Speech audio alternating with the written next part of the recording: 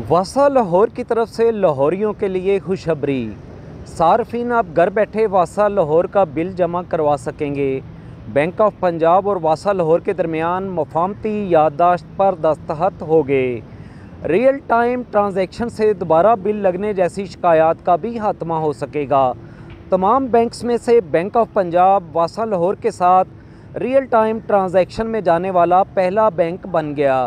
MD वासा गफरान अहमद ने कहा है कि सार्फिन को आसानियों की फराहमी ही हमारी अवलीन तरजीह होनी चाहिए।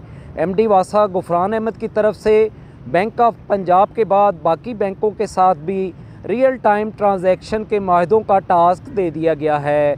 माहदे पर वासा लाहौर की तरफ से एमडी वासा गफरान अहमद और बैंक ऑफ पंजाब की तरफ से फरीद अहमद खान ग्रुप चीफ ने दस्तखत किए।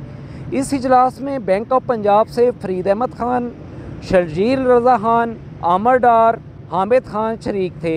वासा लाहौर से एमडी वासा गफरान अहमद, डीएमडी अब्दुल लतीफ़, डायरेक्टर मुर्तज़ा हसन और director P and D Mudassar Juwaid, deputy director Ahsan Hayat, Mohammad Sadiq, Daniyal Younus शरीक हुए।